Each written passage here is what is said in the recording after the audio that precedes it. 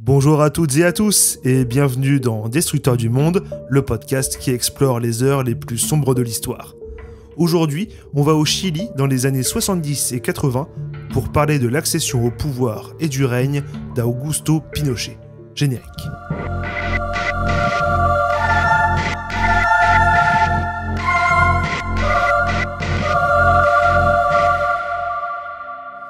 Nous démarrons notre histoire en 1970. Année d'élection présidentielle au Chili. Deux hommes s'affrontent. Salvador Allende, figure de l'extrême gauche et du parti Unidad Popular, et Jorge Alessandri, représentant de la droite traditionnelle du Partido Nacional. Le système électoral chilien est particulier. Après un premier tour où la population vote, au deuxième tour, c'est au Congrès de choisir le président entre les deux candidats arrivés en tête. Généralement, ils respectent le vote populaire. Cette année-là, c'est Allende qui remporte le premier tour. Une victoire symbolique pour le Chili, mais un choc pour les États-Unis. Pourquoi ? Parce qu'Allende est socialiste et qu'il a promis des réformes radicales. Les Américains possèdent beaucoup d'intérêts économiques au Chili, notamment dans les mines de cuivre. Ils craignent de tout perdre avec ce nouveau président. Washington élabore alors deux stratégies pour empêcher l'élection d'Allende au deuxième tour. La première stratégie, appelée Track 1, est la plus diplomatique. Elle consiste à corrompre des membres du Congrès pour qu'ils élisent Alessandri, contre le vote populaire. Mais ça ne fonctionne pas, faute de soutien suffisant entre autres. La seconde stratégie, Track 2, est la plus musclée. Elle consiste à organiser un coup d'État. La CIA, bien aidée par Henry Kissinger, alors conseiller à la sécurité nationale, orchestre une opération visant à kidnapper le général René Schneider, commandant des armées chiliennes, un constitutionnaliste farouchement opposé à toute tentative de coup d'État militaire sous sa direction. Le plan est mis à exécution, mais il tourne mal. Schneider résiste à ses trois ravisseurs, à savoir le général Robert Vio, le général Camilo Valenzuela et l'amiral Hugo Tirado. Et il se fait abattre durant l'assaut. L'opération choque la population chilienne et le Congrès finit par élire Allende. Premier échec pour les États-Unis, mais pas la fin de l'histoire.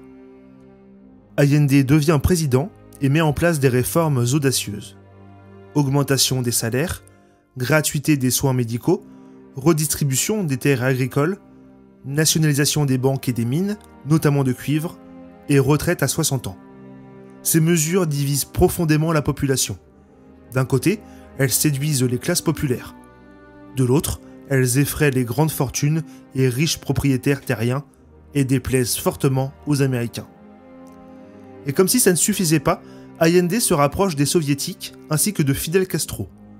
En 1971, Castro effectue une visite d'État de 23 jours au Chili, renforçant l'idée chez les Américains que le pays est en train de tomber dans le camp soviétique.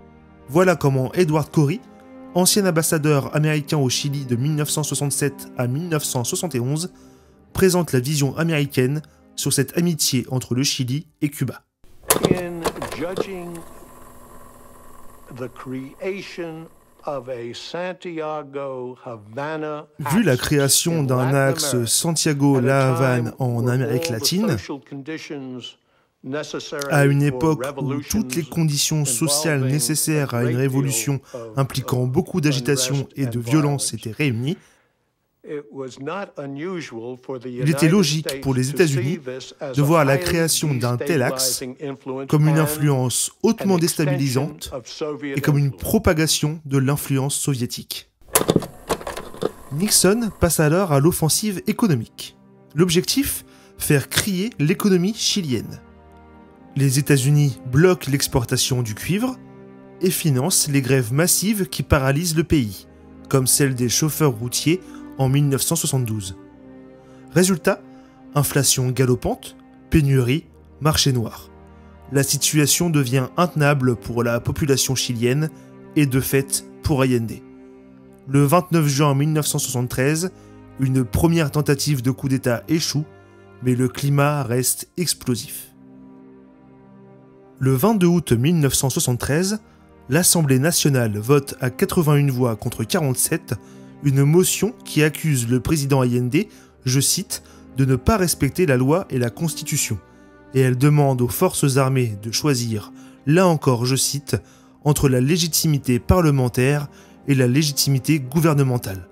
De quoi mettre un peu plus d'huile sur le feu. La motion en question n'obtient pas les 2/3 des voix nécessaires au Sénat, mais elle fait une parfaite excuse pour la junte militaire qui va tenter le prochain coup d'État.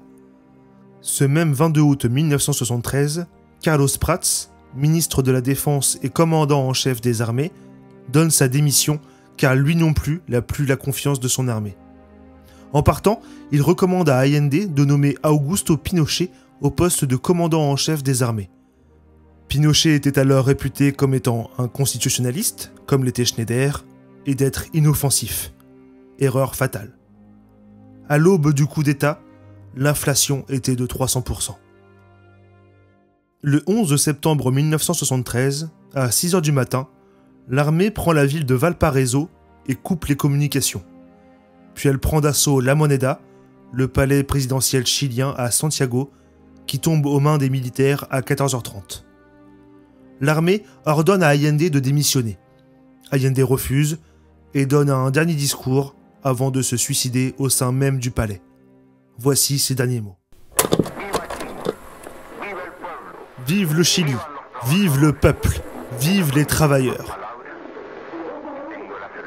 Je vous parle pour la dernière fois, convaincu que mon sacrifice ne sera pas inutile.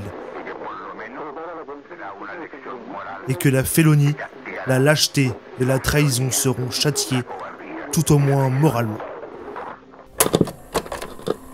Une partie de la population soutient le coup d'État, vu les difficultés économiques du pays.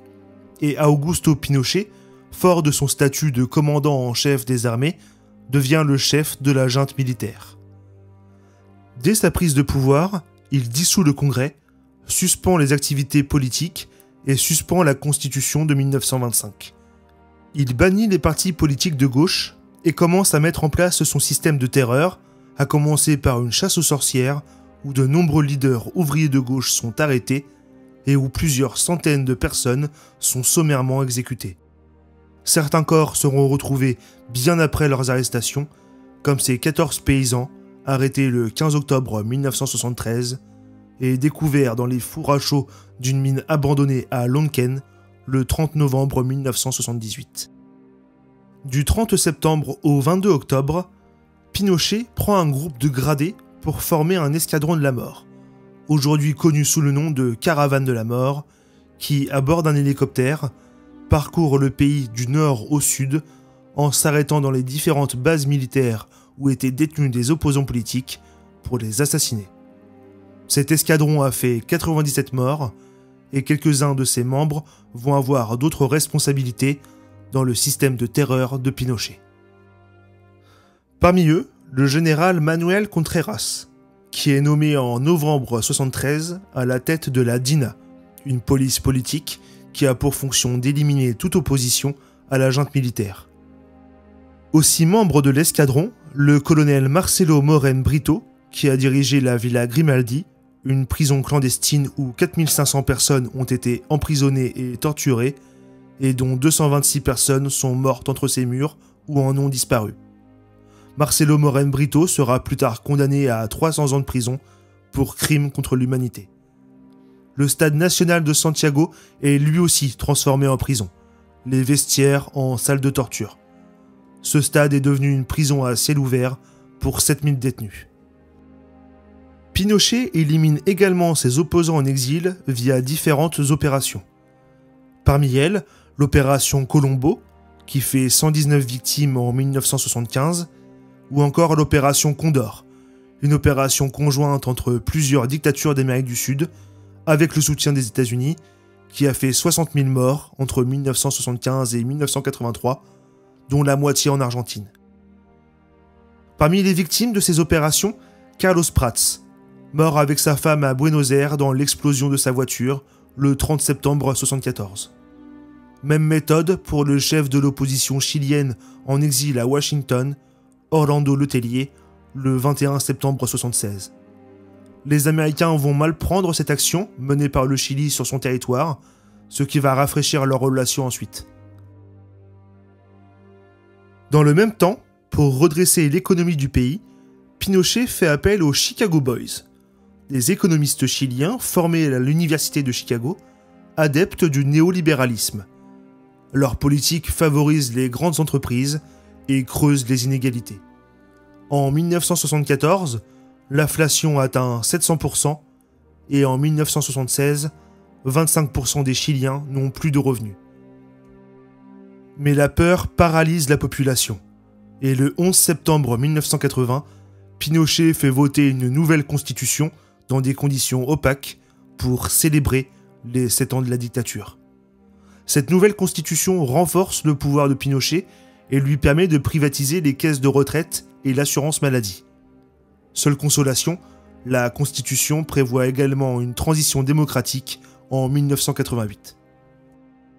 Lors du référendum de 1988, 56% des Chiliens votent contre la prolongation du mandat de Pinochet.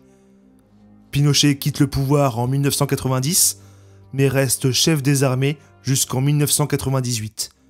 Il est ensuite nommé sénateur à vie. En 1998, il est arrêté à Londres pour crime contre l'humanité, mais libéré pour raisons médicales grâce à ses appuis politiques, notamment Margaret Thatcher, ancienne première ministre britannique. À son retour au Chili, Pinochet se voit attribuer le titre officiel d'ex-président, ce qui fait qu'aucune poursuite judiciaire ne peut être engagée contre lui et qui prévoit qu'il touche une rente à vie. Il meurt en 2006, à l'âge de 91 ans, sans jamais avoir été jugé. En avril 1991, le président Patricio Aylwin, successeur de Pinochet, lance la commission Vérité et Réconciliation afin de faire le bilan de la dictature. Aujourd'hui, on estime que 3095 personnes sont mortes ou ont disparu sous Pinochet. 36 948 personnes ont-elles été victimes d'emprisonnement et de torture. On compte également pas moins de 200 000 exilés politiques et 800 000 exilés économiques sur cette période. En 1973, le Chili comptait 11 millions d'habitants. La constitution de Pinochet reste en vigueur à ce jour et son héritage continue de diviser le Chili. Merci d'avoir écouté cet épisode de Destructeur du Monde. Si vous avez trouvé cet épisode intéressant, n'hésitez pas à vous abonner et à partager. On se retrouve dans 2 semaines pour une nouvelle plongée dans les pages sombres de l'histoire. À bientôt.